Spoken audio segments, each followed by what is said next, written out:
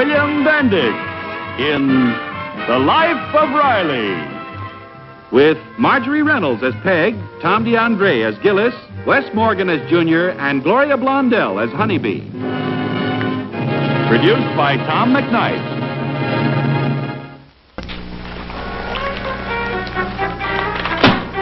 Oh, Riley, are you still upset because Junior didn't ask you to sponsor their club? Well, it's not that, Peg. It's just that, well, bragging about another person is a very bad habit, and I think Junior ought to... Forget it. Well, howdy, partner. I'm Houston Dodsworth from down Texas way. You mind if I talk with you, sir? No, never mind at all. Won't you come in? Thank you. I'm Chester A. Riley. Howdy. And this is my wife, Mrs. Riley. Well, it's my pleasure, ma'am. How do you do? Won't you sit down? Well, thank you, ma'am. Yes, sir. As soon as I found out my old friend was down and out, I got right out here. Beg your I pardon? met him when they come down to Texas. He was throwing his money around like it was a 2-pound calf on the end of a rope. Yeah, I'll say. If I got a hold of a bundle like that, I'd know how to hang on to it. You're a smart man, Mr. Riley, but that Gillis. Gillis? Yeah, Gillis, that's the one I'm talking about. I went upstairs, but there was nobody home. Reckon they found an extra 2 bits someplace and went on out and blew it in. Look, Mr. Gillis happens to be a friend of mine. I figured you knew him, so that's why I came by here. Oh, poor Gillis. All that money and now this. What a shame. Well, you see, if Gillis had a brain in his head, when he got a hold of that dough, he would have... Wait a minute. What's wrong with this place? Well, no offense, Mr. Riley. It's all right. Well, yes, sir. It's perfectly all right. I was just thinking about Gillis and how he went through every last cent he had. Well, you see, Gillis... Well, excuse me. I'm going to finish my blouse. Well, anybody that's stupid must be pretty smart to be a millionaire. How's that again, partner? My friend Gillis happens to be just as rich today as he ever was. You mean Gillis still has some of that money left? You don't buy yachts with green stamps. Well, what do you know? And all the time The only reason Gillis lives in this house is because he likes to be near his millionaire friend. You mean you... Mr. Riley, why do you live here? Because I like to be near my millionaire friend. Well, I reckon I had Gillis all wrong. Well, I didn't think he even owned a bicycle. With all those polo ponies, he doesn't need a bicycle for transportation. Polo? Now you're talking my language. What? I wonder when he took up polo. Gillis and I happened to be classmates when we were attending polo school together. I reckon there's no need for me to wait around for Gillis now. I'll tell his butler you called. Any message? No, I did have an idea, but, well, as long as Gillis has no financial difficulty, I don't reckon he'd be interested.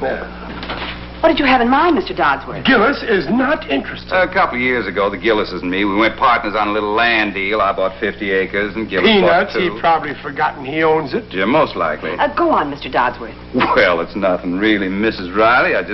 When I heard that Gillis was busted, I thought I'd give him $5,000 for his land, just to help him out, but to us millionaires, that'd be an insult. Well, it's mighty nice knowing you people. Mr. Bye now. Look, wait, we can... Peggy's gone. What am I going to do? Hop on your polo pony and go after him. Yeah. Oh, Mr. Dodsworth! You sure he's gone, Jimsy? Come on out. He's gone. Wow, he drove away in a car that long. With white walls. Phew. I wonder what he was doing down at the Rileys for so long. I don't know, but I still think we did the smart thing hiding out on him. Yeah. He showed us a good time when we were down in Texas, though. Yeah, but I'm in no position to spend that kind of money on him. Jimsy, what if he comes back? He won't come back. After Riley got through telling him how flat busted we are, we'll never see him again. That Riley is a pal. There is a doll downstairs. We can't tell Gillis. He'd murder me. Well, I'm not going to say anything. But if you have any kind of a conscience... Okay, I'll tell him. I thought you would, dear. But not right away. Oh? No, I'll wait a couple of years and give him a chance to calm down. We really went through that money in a hurry. Now, look, don't start crying over spilt milk. But remember, the next time you get your hands on a few bucks, hang on to it. Me? Now, look, Angel, if you hadn't have thought you were Diamond Jim Brady, we might still have that Now, money. wait a minute. Hold it.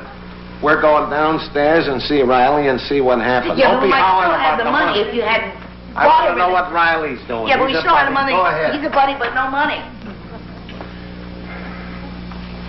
Peg, there's only one way out of this. We mustn't let the Gillises know that Mr. Dodsworth was here. Just leave me out. But, Peg, wonder who that can be. Oh, the Gillises! What's new, Ral? Huh? What's new? Oh, Peg is sewing a new blouse. You don't? Yeah, that's how we've been spending the evening, making a new blouse. I see. We know he was here. Who? The guy from Texas, Houston Dodsworth. Oh, him. But he stopped by. Oh, Peg, it is darling. Well, let me show you the skirt that goes with it. You know, they were having a sale at Henley's, and I just couldn't resist it. Hey, Ral. What did he say when you told him I was flat broke? Who? The Texan. Oh, him. Yeah. Well, I didn't exactly tell him that you were flat broke. You didn't? No, as a matter of fact, I told him that you were a millionaire. No, you didn't. You told him that? You mean you're not sore? No, I'll probably never see the guy again. I hope not. Huh? Nothing. You see, Hey, Honeybee, get a load of this. Riley told Dodsworth that I was a millionaire. Well, pardon me for not laughing with you, Diamond Jim.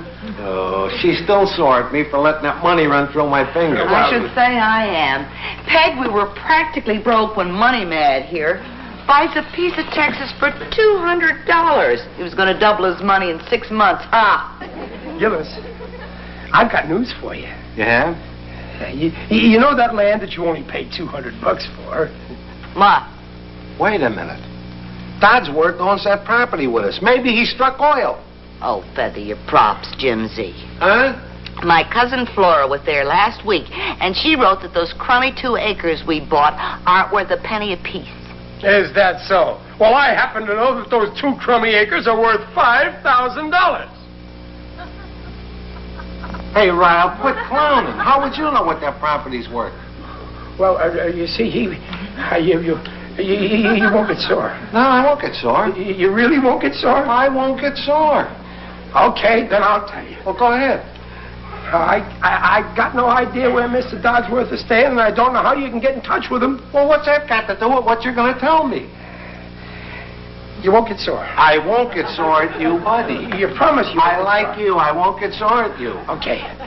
He stopped by here to offer you $5,000 for those 2 crummy acres. 5,000?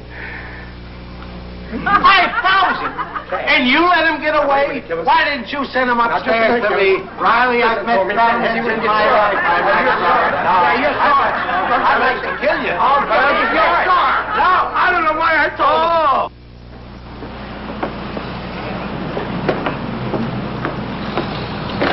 Gillis, Yeah? suppose I came right out and apologized to you. Try it. Okay? Gillis, what happened was all my fault, and I apologize. You better think of something else, Riley. That's no good. No. Think. See? That's what he does for you. I'll get it. Okay. A7, Riley speaking. Riley, this is Honeybee. May I speak to Jimsy, please? Well, he's not here right now, Honeybee, but he should be back pretty quick. Oh, Riley, this is urgent. As soon as he comes in, tell him to call Ludlow 81599 and ask to speak to Mr. Dodsworth. Mr. Dodsworth? You mean the fellow from Texas? Is it about buying the property? Well, I'm not sure, but it's real important. Mr. Dodsworth will only be at this number for another half hour, so as soon as he comes in, have him call. Okay, I'll tell him, Honeybee. Otto, this is a break. Honeybee heard from the Texan. Now, all I gotta do is find Gillis. Hawkins, did you see Gillis around? I sent him out to the Santa Monica plant. Oh, no. How long is he gonna be gone? Oh, most of the afternoon, I suppose. Otto, will you check this part out for me? Pleasant 91099, please. Busy. Ral, have we got it? What's the matter? I'm trying to get in touch with Honeybee. Would you try Pleasant 91099 again, please? I gotta tell Honeybee that Gillis is gone so she can call Mr. Dodsworth. Still busy. Why don't you call later, Ral? Later? Are you kidding? That Honeybee's liable to be on the phone all afternoon. She's the gabbiest dame in the neighborhood. She is? That's no lie. That Honeybee could stay on that phone for 3 hours. Well, who did she talk to? My wife. Would you try Pleasant 91099 again, please? Is there anything gabbier than a couple of women? Yeah, a couple of guys. Now get to work. Yes, sir.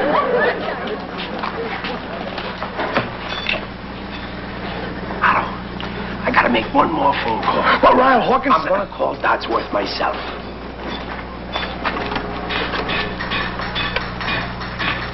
Ludlow 81599. I'll sew up the deal with Dodsworth, and then me and Gillis will be pals again. Ooh, that's nice. Hello. I'd like to speak to Mr. Houston Dodsworth. The Deepdale Country Club. That's nice. Hello, Mr. Dodsworth. This is Mr. Riley. I'm calling for Gillis. That Gillis is a mighty busy man. Well, with all them holdings, that's understandable. No, Mr. Dodsworth, that's not it at all. You see, when I told you that, What? What I wanted to talk to Gillis about was this. I got a little favor I want to ask him. But what I really wanted to tell you, Mr. Dodsworth, was that Gillis is interested in selling that land of his. Good. I'm sure we can work out something equitable, especially if he does this little favor for me. Now, what I had in mind was this. Oh, hello, Peg. Hello, dear. Oh, hi, Ral. That must be my guy. I told him I better get upstairs. Oh, no. Gillis didn't come home with me. Oh, well, then maybe he went to talk to Mr. Dodsworth in person. No, he spent the whole afternoon at the Santa Monica plant. You mean he didn't talk to him at all? No, but I did. Oh, no. Well, what are you groaning about? I spoke to Dodsworth about him buying Gillis's property, and it's practically all set. Really? Mm-hmm. Here comes Jimsy up the walk now. Jimsy, come on in here a minute. Now what? Riley's got some good news for you. What's he gonna do, transfer to Saudi Arabia? Well, that's a fine way to talk after what I... Never mind, dear. Tell him. Well, I spoke to Dodsworth about buying your property, and he's all for it. You're kidding. No, you have an appointment with him late Saturday afternoon. All right, you're a pal. And that goes double for me. Thank you. Hey, but Ral, how come he made the date for late Saturday afternoon? Well, because early Saturday afternoon, you're playing polo. Polo? Polo? Look, Ral, you must be kidding. What are you doing to me? No, that's right. The match begins 1 o'clock sharp. The match? Where did Dodsworth get the idea that I know anything about polo? Oh, I don't know. Some blabbermouth must have told him. Riley. Okay, but I only said it because I was sticking up for you. And then today he said he was short one man on his team, so I volunteered for you. You volunteered for me. Sit down, will you, Ral? Do you know what polo is? Yeah, it's a game. On horses. On horses. Live horses. Live horses. Live horses? I don't want to play polo, Ral. What the deal? I don't care about the deal. I ain't going to play polo. Oh, yes, you are. But, honeybee, I can't. For $5,000, you can go over Niagara Falls in a paper bag. 1 o'clock. Look, Riley, what are you up to? I'm going to get you in shape for the polo match. With what? With that. That? Yeah, come on. Oh, come on, Riley. What are you doing? I borrowed it from Bud Jensen. His wife used it to remove the fat from her hips. You could use it to remove the fat from your head. Wait till you see this thing work. Come on, give it a try. It'll be just like you in a polo match. Look, Riley, polo ponies don't have electric switches. Yeah, but this will give you the feel. You can't turn a polo pony off and on, Riley. Well, give it a try, will The you? whole thing's ridiculous, and I ain't gonna do it. I'll tell Honeybee. Okay, I'll do it. All right. Now, get your foot in there. This won't go anywhere, will it, You all set? Yeah. All right, here we go now. How's that, huh? Now, stay right there. Is this how a polo pony he goes, stay right there. Here, take this mallet. Put up my mouth. Oh, come on, take it. I don't want to let take it. All right, you got it? Yeah. All right, now, when I roll the balls to you, you try to hit him, okay? All right, here it comes. Ready? Oh, no. You got to follow through. Follow through. Okay. Now, here it comes. Watch it now. No. Let me show you how to do it. Huh? Okay. All right. Here. Look, you take... Nice match. What are you doing that for? I want to see if my horse's nose was moist. Look, Gillis, if you're not going to take this thing serious, it's just no use. Serious? I think the whole thing's dampy. Give it back. You wouldn't if you'd listen to me. Go ahead, I'm listening. I saw one of these polo matches on television the other day, and I know exactly how it's done. Well, then be my guest. Hey, you want me to show you? Go right ahead. Oh, I'll show you. There's nothing to it. Go ahead. It's all in the swing. See, it's just like throwing an uppercut, you know? Show me, Ralph. Okay, now, you turn this thing on. Okay. Turn it on. All right, now go over and get some of those balls and throw them. It's all in the swing. See? Here, when you get through, give the horse a piece of sugar. Go ahead and throw the ball. Okay. All right?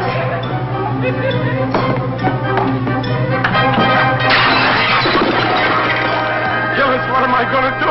Turn your horse around and head for the hills. It is also essential to know your horse well. And... Oh, Junior. Hi, Bob. Hi. What's the matter with you? Well, I was playing catch with Gary in his front yard, and I threw the ball through his window. Oh, that's all right, son. That's all right? I thought you'd hit the ceiling. You always used to. Junior, as the years pass, a father becomes more understanding, becomes more tolerant, more patient. I tell you what I'll do. You pay for half of it out of your allowance, and I'll take care of the rest of it. All right? That's fair enough, Bob. Good. Oh, wait a minute, son. Yeah? Junior, do you know where I can borrow a horse?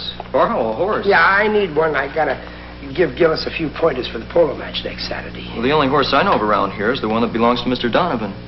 Oh, you mean the ex-police officer? Yeah, he used to ride the horse around on his beat. Oh? Say, Junior, you and he are pretty close friends, aren't you? That's right. He lets us guys ride his horse around on that empty lot next to his house. He's always telling us stories about the time he was on the force. What do you got cooked up now, Ralph? You'll find out.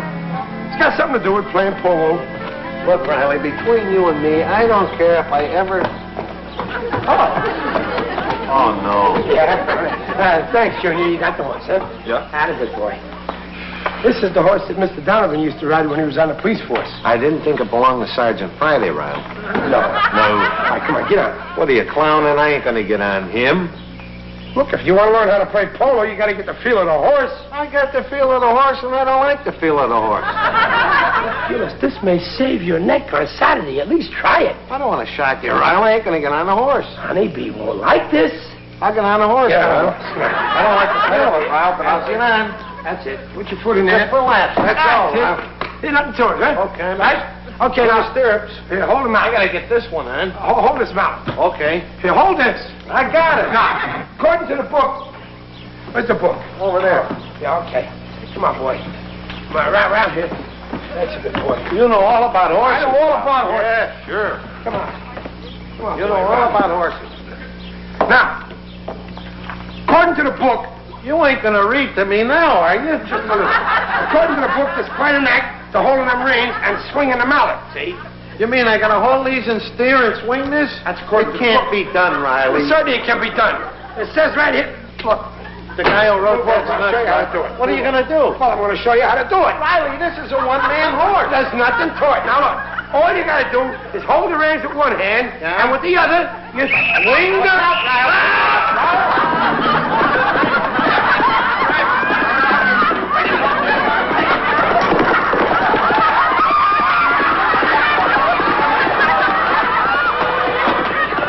Anyway, I don't know, but I heard Mr. Quincy, the mailman, blow his whistle, and the next thing I knew, I heard a horse running alongside the house. That couldn't be. Oh, couldn't be. It is. Oh, Peg, you should see the polo outfit Dosworth sent over for Jimsy to wear. Well, how does he look in it? Well.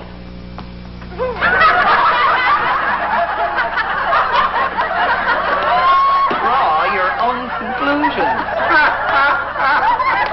What are you laughing at? You're the guy that got me in this. Mr. Dodsworth just drove up in his limousine. Well, I'm going to Little America.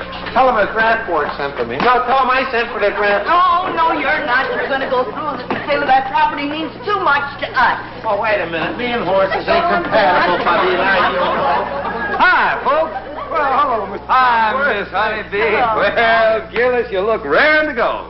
Yeah, Ryan. Gillis, boy, would you be too awful disappointed if I told you we weren't going to have that polo match? You mean we ain't going to play? Yeah, I know. To a real sportsman like you, this must be quite a blow. There's going to be a charity game for the Children's Hospital, too, doggone it. Oh, you're really not going to have the match, huh, Mr. Don't be so disappointed, Ryle. I sprained my back. The doc won't let me play. Oh. Well, I'll be hitting the trail, so long, Mr. folks. Dodsworth. Yeah? About that land of Gillis's that you were going to buy. I thought about that. Keep your land, boy. What's money?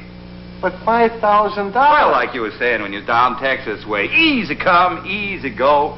Besides, that money I was going to give you when I thought he was busted, I decided to donate that $5,000 to the Children's Hospital in your name. $5,000. I'd be glad to split it with them.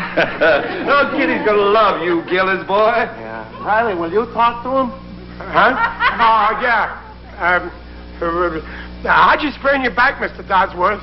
Well, sir, that was the doggonest thing I ever did see. Huh? I was coming over here last night, and these two fellas on horseback come racing out in front of the car. The chauffeur slammed on the brakes. I slipped off the seat and twisted my back. Yeah, I'll be glad to get back to Texas. There's some mighty crazy going on around here. Bye now, folks.